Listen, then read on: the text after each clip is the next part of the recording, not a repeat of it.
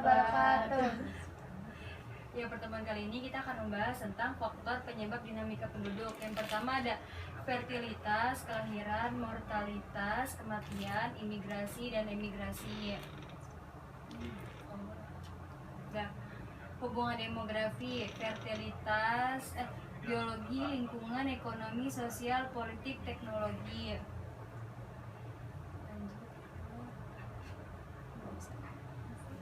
Teori Davis mengungkapkan bahwa penurunan fertilitas diakibatkan oleh adanya faktor-faktor yang mempengaruhi terjadinya konsepsi. Salah satunya adalah dengan pemakaian alat kontrasepsi.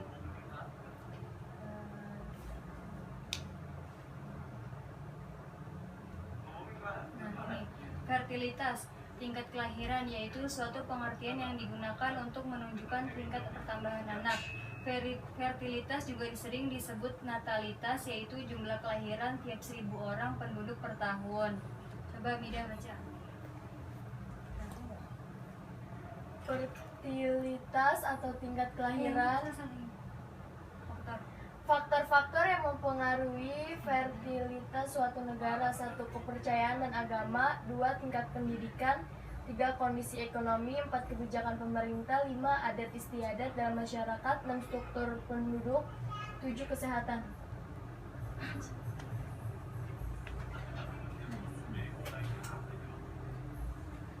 Faktor-faktor yang menambah jumlahnya kelahiran atau pronatalitas. Pertama, ada nikah usia muda, ada pergaulan bebas, ada derasnya arus informasi, lemahnya iman, kurangnya kesadaran ber-KB.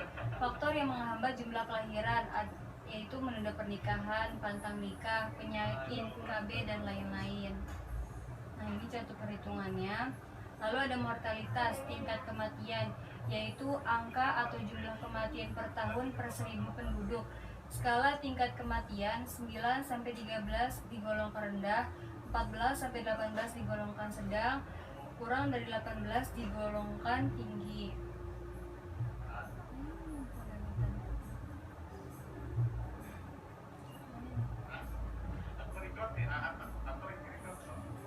Migrasi.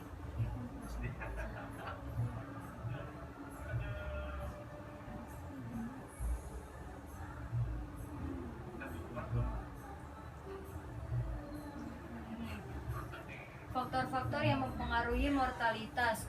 Faktor yang menambah jumlah kematian ada perang, penyakit, kriminalitas, bunuh diri, bencana alam. Faktor yang menghambat jumlah kematian atau anti-mortalitas, perdamaian, kemajuan bidang kesehatan, kedokteran, imunisasi, kebersihan, sama makanan bergizi.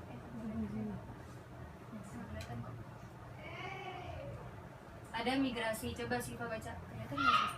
Migrasi adalah perpindahan penduduk dari tempat satu ke tempat lain, melewati batas negara atau batas daerah administrasi tertentu dalam suatu negara, dengan tujuan untuk menetap. Faktor-faktor yang mempengaruhi migrasi. Faktor pendorong adalah faktor-faktor yang merangsang proses migrasi yang berasal dari tempat asal, yaitu ada bencana alam, lahan yang sempit, wabah penyakit, perang. Faktor penarik adalah faktor yang merangsang proses migrasi yang berasal dari tempat tujuan, yaitu ada upah yang tinggi, penghidupan yang lebih layak di tempat yang baru. Yang ketiga itu lapangan kerja yang luas.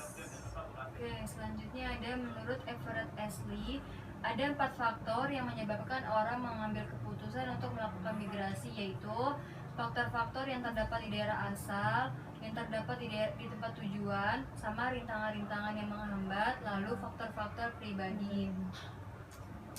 Teori migrasi. Menurut Everett Ashley, migrasi terjadi apabila terjadi perubahan tempat tinggal yang permanen dengan sukarela oleh masyarakat, di mana tidak ada pembatasan atas tempat atau jarak perpindahan tersebut. Membaca? Tidak. Apa? Menurut Higgs, dalam teorinya Wedge Differential Theory, migrasi disebabkan perbedaan dalam penawaran dan permintaan buruh antara sebuah negara dengan negara yang lain. Sejarah migrasi. Migrasi menjadi lebih dekat dengan sejarah Eropa modern setelah disepakatinya Perjanjian Westphalia yang menandakan terbentuknya negara-negara modern di Eropa dan meletusnya Perang Dunia.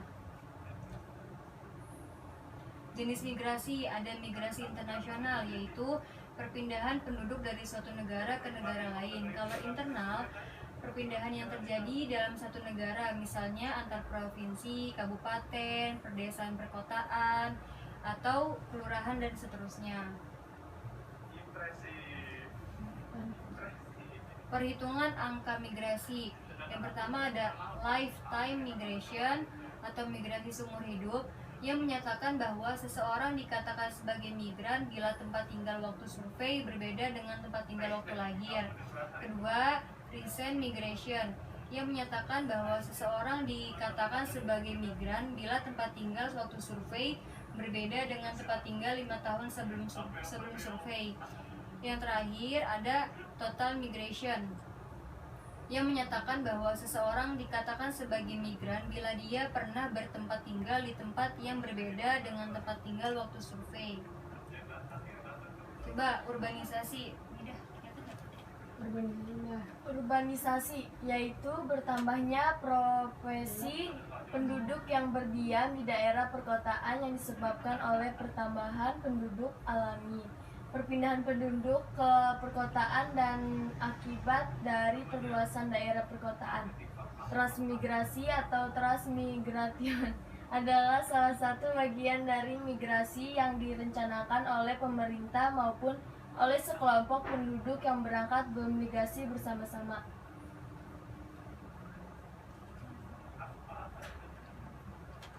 Imigrasi adalah masuknya sejumlah penduduk ke suatu negara dari negara lain dengan tujuan menetap di negara yang didatangi. Misalnya, masuknya warga Timur Leste ke wilayah Indonesia untuk menetap di tempat keluarganya di Indonesia. Ada imigrasi keluarga penduduk dari suatu negara ke negara lain dengan tujuan menetap di negara yang dituju. Orang beremigrasi disebut emigran. Lalu ada remigrasi, adalah perpindahan penduduk untuk kembali ke tanah airnya atau negara asalnya. Siapa yang kelihatan? Coba deh. Isu-isu kependudukan. Pertambahan penduduk. Landis dan Hart membagi 3 tipe mengenai pertambahan penduduk, yaitu ada incipient, decline, ditandai dengan angka kelahiran rendah dan angka kematian rendah pula. Contoh Amerika, Australia.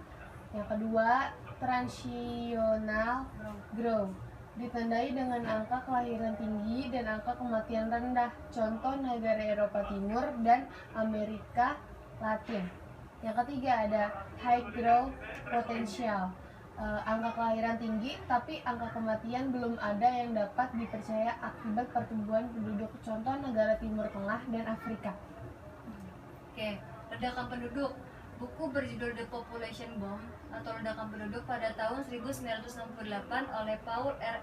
Ehrlich meramalkan adanya bencana kemanusiaan akibat terlalu banyaknya penduduk dan ledakan penduduk, bahwa laju pertumbuhan penduduk mengikuti pertumbuhan eksponensial dan akan melampaui suplai makanan yang akan mengakibatkan kelaparan. Jadi nanti kalau ada ledakan penduduk sama makanan tuh nggak sinkron, bakal kekurangan makanan. Lalu ada permasalahan penduduk, masalah kekurangan penduduk, masalah kelebihan penduduk, pertambahan penduduk yang cepat, persebaran penduduk yang kurang merata, urbanisasi, masalah komposisi penduduk, dan kualitas penduduk yang rendah. Coba nih baca bareng-bareng. Program pemerintah di bidang kependudukan. 1.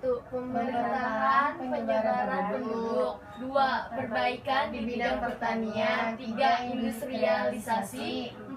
Pengaturan dan pembatasan kelahiran. Udah, cukup sekian materi hari ini. Jika ada yang ditanyakan bisa lewat WhatsApp ya.